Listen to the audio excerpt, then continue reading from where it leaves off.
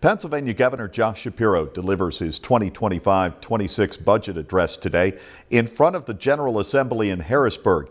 In that address, Shapiro continued his promise to support education. Matt Mathias has more on the governor's remarks this afternoon. He joins us now in the studio. Matt.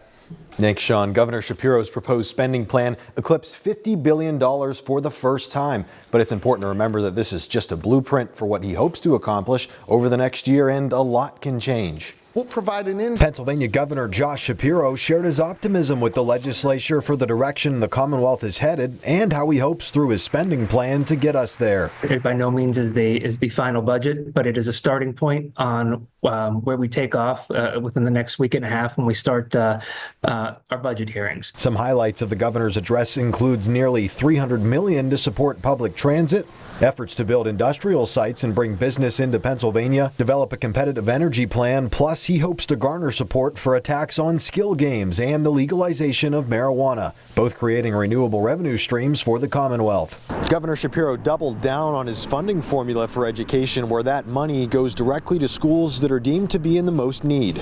Aside from an $11 billion commitment to support education, $526 million would go towards uplifting some of the Commonwealth's poorest students, helping to jump what's called the adequacy gap. That will directly impact places like the Erie School District, which has been petitioning for adequate funding for years. Additional funding was requested for basic education, special education, school infrastructure projects, and a new stipend program for student teachers. It reflects a remarkably strong commitment to public education.